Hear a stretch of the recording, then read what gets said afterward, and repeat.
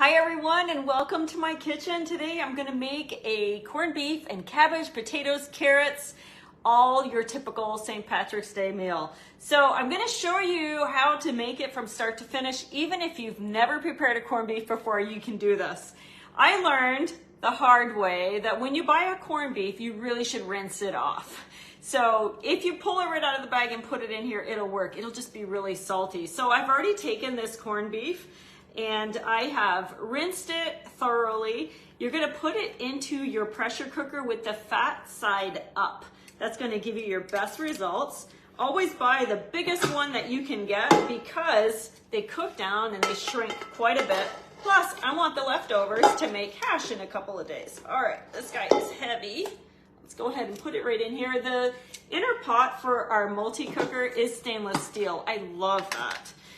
In here we have the spice mixture that comes with your corned beef. Just go ahead and sprinkle that right over. How easy, right? Super simple.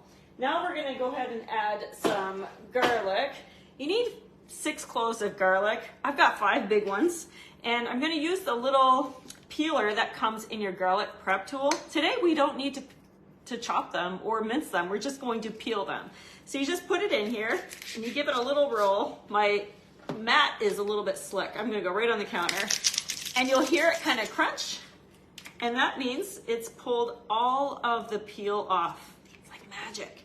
So take all 5 or 6 of those big cloves of garlic, add them to the pot.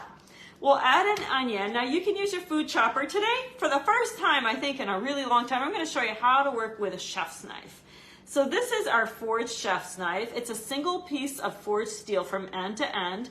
You'll see the little Pampered Chef logo on either side. That's an indicator of where your thumb goes on one side, forefinger on the other side. So you see I have my 3 fingers here and then pinch over the top. I know some of you are interested in knife skills, so that's the proper way to hold a chef's knife. You'll feel like you have a better control over it. So I'm just gonna trim the root and top part of the onion. There are lots of ways to chop an onion. I used to just hack at it. And then I learned there's actually a method here. So we're gonna slice down. Always, whenever you're slicing vegetables, get the vegetable flat against your mat. I'm gonna take the tip and I'm gonna cut about 3/4 of the way across. I want a coarse chop for this. You see the onion has stayed all together, right? And now I'm just gonna turn my fingers to hold and I'm gonna go in the opposite direction. And now we've got a pretty even dice. When you get to the end and it's hard to stand up, just roll it to the side. So your flat side should always be the widest side on the mat. So that's pretty simple. You can use a food chopper, a manual food processor, whatever. But at least now you know how to do it with a knife. All right, and we'll turn, go the other way. And that very last bit, just go like that. Simple. Always wash your forged knives by hand. The color-coded knives are dishwasher safe. And then the mats, pick up nicely, curl it, and just dump it right into your pot. Still simple, right? Okay, now you've got some options. You can either use beef broth, water, or I'm gonna use some Guinness Stout. Now, your digital thermometer has a bottle opener, so you're just gonna lift that off. Sometimes I dump the whole bottle in there, but really you only need a cup. So I'll just fill it to the 1 cup side, and then we'll save the rest for later. Use your imagination. So I'm just gonna dump this in. That's everything for the first step. How easy, right? So go ahead and add your lid, double check that your gasket is nice and flush in there.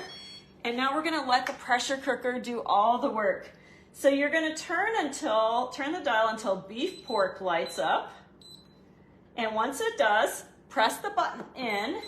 You're gonna increase it to 90 minutes, so 1 hour and 30 minutes. And then press and hold. There we go. So it'll take about 10 minutes for it to come under pressure. It will cook for 90 minutes, and then you're gonna do a natural release for 10 minutes. So definitely plan a couple of hours ahead. My husband just asked, he says, isn't it too late in the day to start a corned beef? Because when he was in college, he started making dinner with his roommates around and maybe an hour before, and it was not done. So you know corned beef takes a while. The pressure cooker shaves about 70% of your cook time off. So while this is cooking, I always like to prep my vegetables at this point. We've got potatoes and carrots, and then we're gonna prep a cabbage. So when it's finished cooking, I'll take the corned beef out and let it rest, and I'll slice it up, and then all the vegetables during that rest and slicing time go back into the pressure cooker for just 10 minutes, and they'll be cooked perfectly. So you're gonna take a whole head of cabbage. I peeled off the extra layers, the outer leaves, and I rinsed everything off. So now we're just gonna cut it into wedges, straight down. This is a big head. So you can kind of, there we go, get it all the way down. And you'll wanna take your core out. Now, if you're not accustomed to cooking with cabbage, this will cook down really far when it's time. So don't hesitate about using a full head of cabbage. When you get to the center here, you'll see there's a core. That's pretty tough. So use the tip of your knife to just cut on either side of it to take that out. And you got it. It goes in the veggie stock bag. This is my veggie scrap bag with the potato peels and onion skins and carrots peels. It lives in the freezer, and whenever I'm working with vegetables, I just add to it. So I'm just gonna cut this into wedges, and I'll just stick it back in the colander so that when my corned beef is done, the veggies are ready. So do you make corned beef? Is that something, if you're like me, you only do it once a year, but it's actually really good if you like ham. And I bet some of you have never had it before and you're not sure what to make of it. It tastes a lot like ham. So if you love ham, you'll love this. And it's traditionally served for St. Patrick's Day. I love using leftovers to make things like corned beef hash or Reuben quesadillas. And so when this is done, I will actually portion enough out for what I want to make for my second meal, which this week will be corned beef hash, because it's really easy to overeat with this. So definitely portion it out so that you'll have enough for your second meal. This is still going here. You can see that the run cycle is showing up. It's about halfway under pressure now. When the pressure comes up, there's a red pin up here that will pop up, and it's ready to go. So I'm gonna let this do all the work. Teddy's gonna have a walk, and then later on when it's ready, I'll post the finished results in the comments. But check the comments right now because I will post the recipe instructions. So you'll want to save it. It's just a graphic. Just save it to your camera roll. And when you're ready to make your next corned beef and cabbage, just pull it up and you'll be able to find the instructions very easily. Thanks for watching. I hope you'll enjoy this. All right, I'm gonna show you the finished product.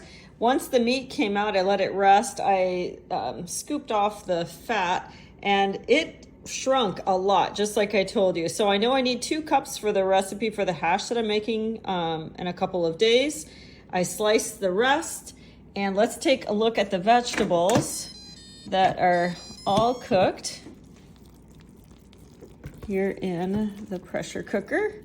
This is 10 minutes and everything is nice and tender. It's ready, and I hope you'll give this a try. Super easy way to make your St. Patrick's Day dinner.